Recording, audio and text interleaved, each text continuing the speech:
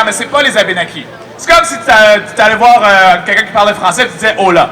On va comprendre que tu me dis « allô », mais c'est pas la même langue. Fait que, en Abénaki, pour dire bonjour, on dit « kwai ». OK? Fait que moi, je vais dire « kwai », puis vous allez répéter « kwai » tout de suite après moi. Vous êtes prêts?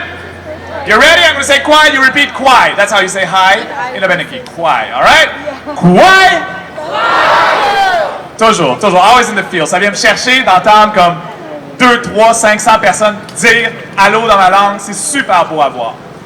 Vous avez peut-être remarqué aussi que la configuration du festival est différente pour ceux que c'est pas la première fois. Il y a des chaises. Il reste des chaises de libre pour ceux qui veulent venir s'asseoir. Il y a des places, il y a 2 places là, 2 places là, 2 places en diagonale. Tu peux tenir la main de ton chum ou ta blonde en diagonale, c'est correct. Lui, il est tout seul, il y a bien de la place autour de lui. En tout cas, approchez-vous. Parce qu'on vous a vu de la musique maintenant, mais on s'en va vers autre chose aujourd'hui. On s'en va vers une pièce de théâtre autochtone. Fait que ça va être vraiment intriguant, ça va être vraiment beau à voir, mais ce ne sera pas pareil qu'auparavant. Donc, je vais vous lire un peu la description, puis on va commencer tout de suite avec le spectacle. J'ai ça ici en photo, ce sera pas long. Alors, de la fin des années 1800 jusqu'en 1996, ça fait pas longtemps, date de la fermeture du dernier pensionnat autochtone. Plus de 150 000 enfants autochtones ont été retirés de leur famille pour être instruits par des groupes religieux. Après des décennies, voire des siècles d'oppression, les artistes autochtones sont aujourd'hui au front pour la survie de leur héritage culturel. Omer Saint-Onge est l'un de ceux-là.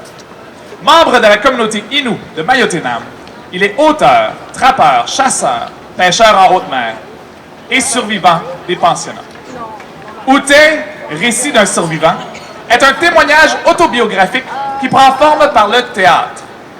Le synopsis est celui de son parcours, de son enfance sur le territoire avec sa famille, en passant par les pensionnats, jusqu'à aujourd'hui. Il dit notamment « Je suis ce qu'on appelle un survivant ». Et le témoignage des survivants a ceci de spécifique. Il est multiple. Je ne porte pas que mon histoire. Je porte aussi, par ma voix, le témoignage de tous ceux qui n'ont pas pu s'en sortir. Il ajoute « Ce processus de création est pour moi le meilleur moyen de revisiter nos traumas collectifs, de façon à respecter l'être humain. Outey, récit d'un survivant, est une expérience théâtrale engagée, ancrée dans une oralité propre à la culture des Premières Nations. Omer Saint-Onge raconte les enseignements, la culture et les traditions de ses ancêtres. Il nous ouvre humblement son cœur, sa vie et la vision du monde qui en résulte. Maintenant, place au spectacle.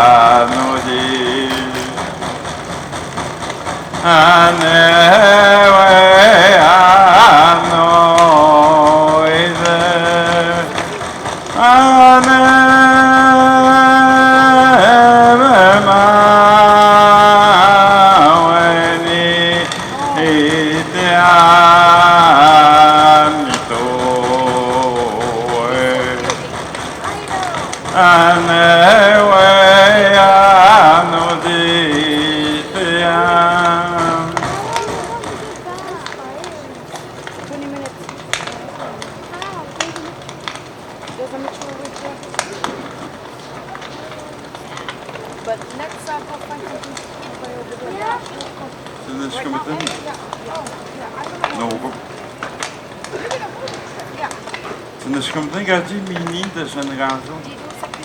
Wapan urtegato. Magati minat nastas uta nagahon. Nanamasu. Je te remercie, grand-maman, de m'avoir donné un nom à ma naissance, étoile du matin, et à mon frère Nanamasu. Je te remercie, Nika, maman, de nous avoir tellement donné étant jeune. Toutes ces chansons, toutes ces légendes que tu nous contais. Et quand tu nous contais la légende de Tchakapesh, l'enfant qui voulait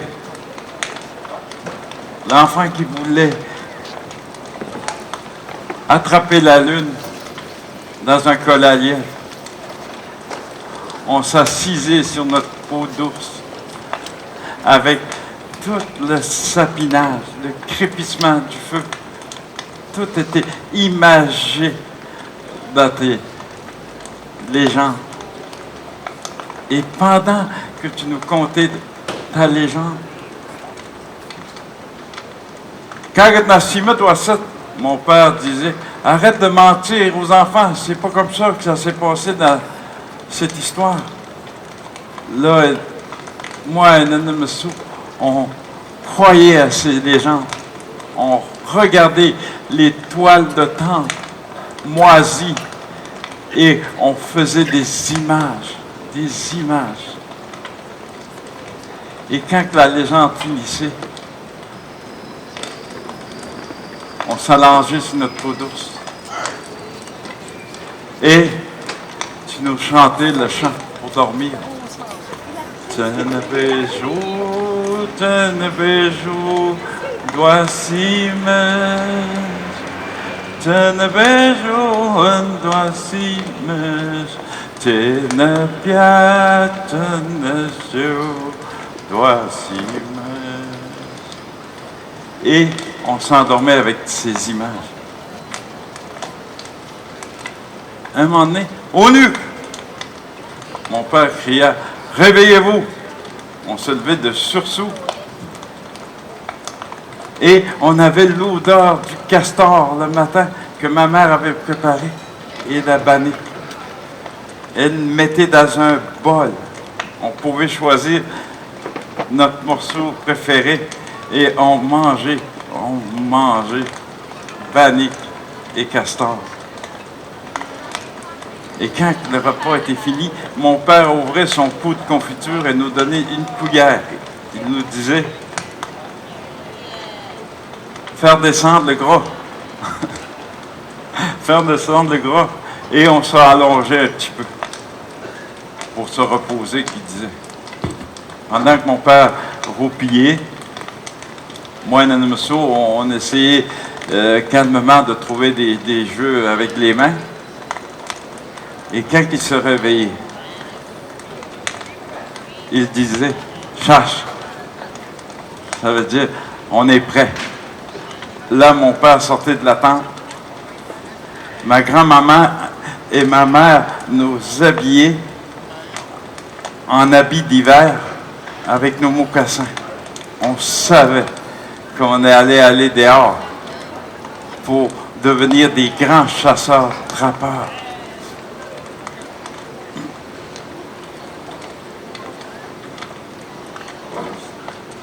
Et quand on sortait,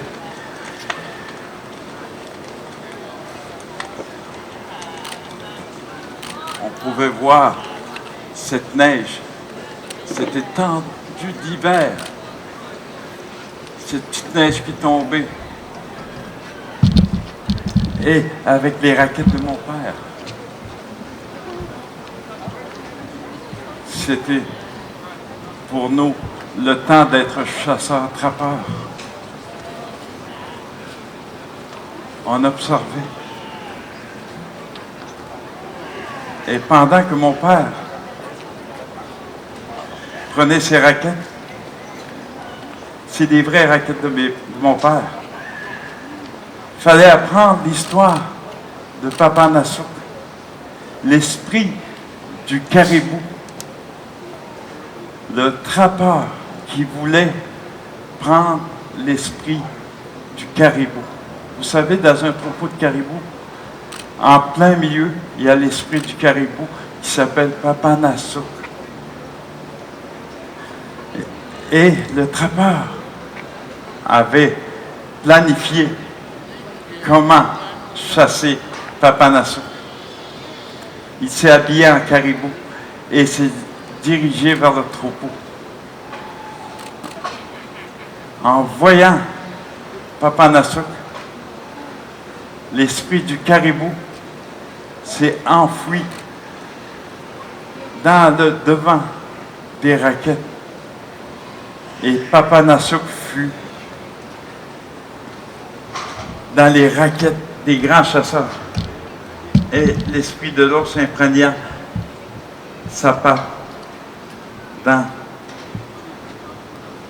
le derrière de cette raquette. Et quand mon père mettait ses raquettes, moi et Nanamasou, on attendait fièrement, on allait devenir des grands chasseurs. On a monté sur ses genoux. Et mon père s'en allait. Là, on rigolait, on se faisait des farces, moi et Nanamasou, pendant qu'on trappait. Et on jouait alentour du campement. Un jour, en juin, j'ai vu ma grand-mère sortir de cette tente avec 2 petites raquettes. J'allais avoir la liberté de faire ce que je voulais. C'était mes petites raquettes. Nanamasou avait ses petites raquettes. Il nous les a installées. Et je voulais vraiment avoir ma propre liberté. Quand ma grand-mère a fini de les mettre, je suis parti à courir. Mais ma raquette a poigné la neige et j'ai tombé face à la neige. J'ai su qu'une liberté a un prix à payer. Marcher tranquillement avec ses raquettes. Et on a joué, trappé, mettre des collets à lièvre pendant tout l'hiver. Et pendant qu'on voyait le dégel de la neige, j'ai vu mon père sortir son canot. On savait, moi et Nanamasou, qu'on allait retourner dans notre communauté Maliotenam et retrouver nos amis. Pendant qu'ils préparaient le canot, on était contents. Et un jour, j'ai vu ma grand-mère avec un poignet de sapin. Il les a installés au milieu du canot. Installé la peau d'ours et les glaces étaient là. Ma mère a embarqué en avant et il nous a installés en plein milieu, moi et Nanamasou. Et mon père, d'un coup, il lança le canot à l'eau. En lançant le canot a fait ça. On s'est regardé, Nanamasou, on dit c'est correct. Puis on a longé la rive. Et les plus beaux moments, c'est entendre ton papa poigner la rame et fouler sa rame dans le canot, entendre ces bruits de rame de mon papa. C'était une image fantastique. Et pendant qu'on longeait la rive, on regardait dans les montagnes. J'ai dit à Nanamasou, regarde l'Indien, une face d'Indien dans la montagne. Ouais. Et lui, pendant qu'on pagaille. Regarde le nuage, un éléphant. Un éléphant? OK. Pagaille. Alors, j'en arrive, on voyait des ours avec ses petits marchés. Et probablement qu'on était turbulents. Ma mère nous chantait le chant. Ah, putai kwa ni tenma, pi makame shibuno, shakatune no tane. C'est un chant très court, mais tu peux chanter longtemps. Le chant veut dire que je traverse de rive en rive, évitant les roches. Je suis fier. C'est le chant de ma mère. Et le soir venu, on s'allongeait en regardant les étoiles, regardant l'univers. Étoile du matin, mon nom. On regardait les étoiles filantes et on s'en dormait. Un moment donné, on est arrivé à Maliotenam, où on allait voir nos amis. On est parti dans ce boisé où on jouait toute la journée. On faisait du Tarzan, monter boulot en boulot toute la journée et on retournait manger. Et on revenait dessus tout.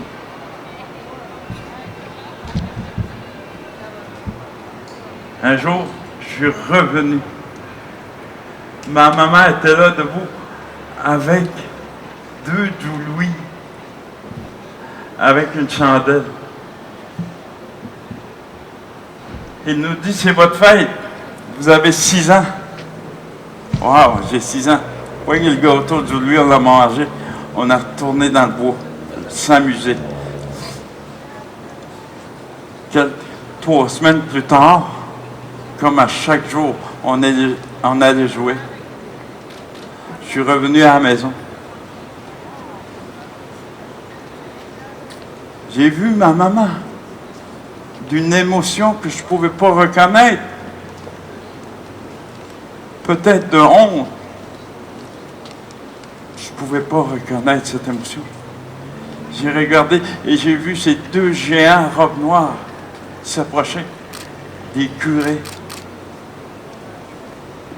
Et j'ai regardé ma mère pour essayer de savoir. Il nous a dit les mots qu'un enfant ne devrait jamais entendre. Mati. Mati veut dire vas-y.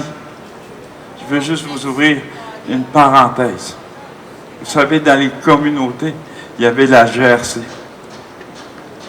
La GRC sont venus voir notre famille. Ils ont dit, on va enseigner vos enfants maintenant. Sinon, si vous refusez, on va couper les vivres ou vous mettre en prison. Là, maman me m'a dit avec mon frère, vas-y. J'ai pris ma valise avec mon frère de Nemesou. On a suivi ces curés pour aller au pensionnat. La peur, le rejet, l'abandon de ta mère.